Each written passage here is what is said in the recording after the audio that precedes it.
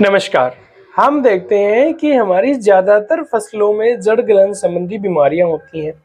सबसे ज़्यादा चने में आपका ऊठा लगता है, तना गलन लगता है, मसूर के अंदर लगता है, अलसी कुछ-कुछ एरिया में निकलता है, धनिया आपका निकलता है, मेथी आपकी निकलती है जड़ गलन से।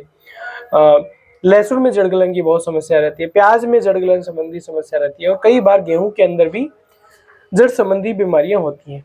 इन बीमारियों को कंट्रोल आप चाहें कि मेरे खेत में बीमारी आ गई है और उसके बाद में मैं कोई ऐसा स्प्रे करूं जिससे मेरी बीमारी एकदम ठीक हो जाए, तो वो मुझे मुश्किल प्रतीत होता है। इन बीमारियों को कंट्रोल करने के लिए आपको जब तक एक स्ट्रेटजी नहीं बनाएंगे तब तक ये बीमारियां, जड़ संबंधी जो बीमारियां, वो कंट्रोल नहीं होंगी, क्योंकि ये ज्यादातर बीमारियों की जो फंगस है वो जमीन में रहती है। अब मान लो आपने किसी पौधे को फंगस का अटैक है और उसको बचाने के लिए इस पौधे पे आपने स्प्रे किया, पौधे की पत्तियों से, उसके तने से होते हुए जड़ों, ये जड़ें हैं, जड़ों में यदि स्प्रे पहुंच गया, अब स्प्रे जब पहुंच गया तो जड़ों के आसपास की फंगस हो सकता है बहुत अच्छा एडवांस यदि आपने फंगिसाइड यूज किया है तो यहाँ के आसपास की यदि फंगस मर भी गई है, चूंकि इस पूरी जमीन में यदि फंगस भरी पड़ी है बीमारी पैदा करने वाली, वो वापस अटैक करेगी और आपके पौधे को वापस दबा देगी। कई बार आप देखते हो कि चने के अंदर हम किसी फंगिसाइड का स्प्रे करते हैं, कुछ नई जड़ें स्टार्ट होती हैं और फिर वो दोबारा सूख जाता है।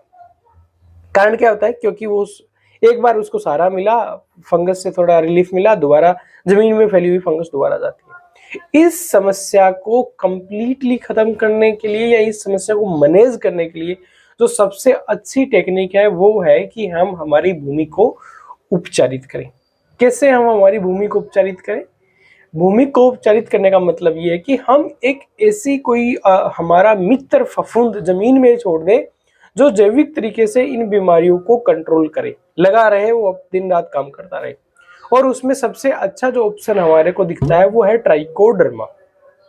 क्या करना है ट्राइकोडर्मा से भूमि उपचारित करने के लिए? देखिए, अभी रबी का सीजन आने वाला है, पहले से आप प्लानिंग करेंगे तब ये सब कर पाएंगे।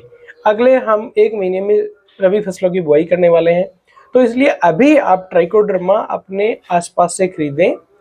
ट्राइकोडर्मा किसी सरकारी संस्थान से, स्पेशली आपके आसपास कृषि विज्ञान केंद्र होगा वहां मिलेगा, या कृषि विश्वविद्यालय वहां मिलेगा, या कृषि अनुसंधान केंद्र वहां मिलेगा, या वहां नहीं मिल रहा है तो किसी प्राइवेट सेक्टर से आप किसी भरोसेमंद कंपनी का ट्राइकोडर्मा खरीदें।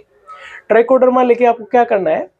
आपको गोबर की खाद लेनी है करीब 1 क्विंटल के आसपास, और 1 हेक्टेयर यदि आपका टोटल एरिया है तो उसके लिए करीब आप 5 किलो ट्राइकोडर्मा ले लेंगे तो बेस्ट है। 2.5 किलो पे भी काम चल जाएगा, यानी 2.5 से 5 किलो की रेंज में आप ट्राइकोडर्मा ले। महंगा नहीं आता, 150-200 रुपए किलो आता है।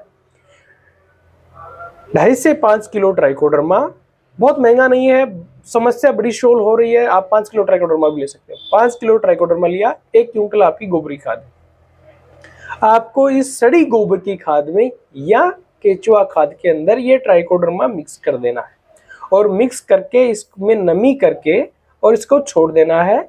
यानी कि आपका जो ट्राइकोडर्मा और गोबर मिक्स जो खाद है उसको आप किसी टाट से ढककर और उसके ऊपर नमी बना के रखें करीब 7-10 दिन तक। इससे क्या होगा? ये ट्राइकोडर्मा जो फफूंद है, जैविक फफूंद है, ये आपके उस पूरे गोबर के अंदर फैल जाएगा। तो जो 5 किलो ट्राइकोडर्मा आपने 100 किलो गोबर की खाद में मिला है, तो वो पूरी गोबर की खाद में ट्राइकोडर्मा फैल जाने की वजह से, क्योंकि ट्राइकोडर्मा सेप्रोफाइटिक होता है, मृत जीवों पे बढ़ जाता है, तो उस पूरे गोबर में ये फैल जाएगा और वो 5 किलो ट्राइकोडर्मा अब आपका 100 किलो ट्राइकोडर्मा बन गया लगभग। अब इस ट्राइकोडर्मा को कब डालें खेत के अंदर?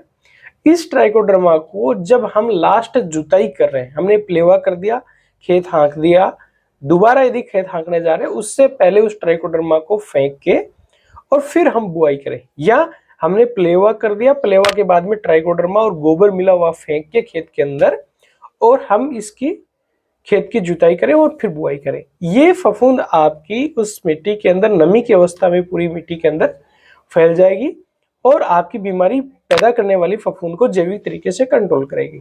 बेहतर तो होगा जो भी आप बीज ले रहे हो उसको भी 5 से 10 ग्राम प्रति किलो बीज के हिसाब से ट्राइकोडर्मा से ही उपचारित करें। यदि ट्राइकोडर्मा से भी नहीं उपचारित करें तो किसी फंजीसाइड से उपचारित कर दें, ताकि शुरुआती समय में किसी भी फफूंद जनित बीमारी ना आए।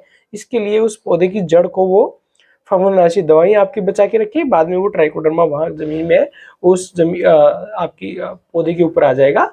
और बेहतर है, सबसे सस्ता तरीका है, ट्राइकोडर्मा से भूमि उपचारित कर लो, ट्राइकोडर्मा से ही बीज उपचारित कर लो।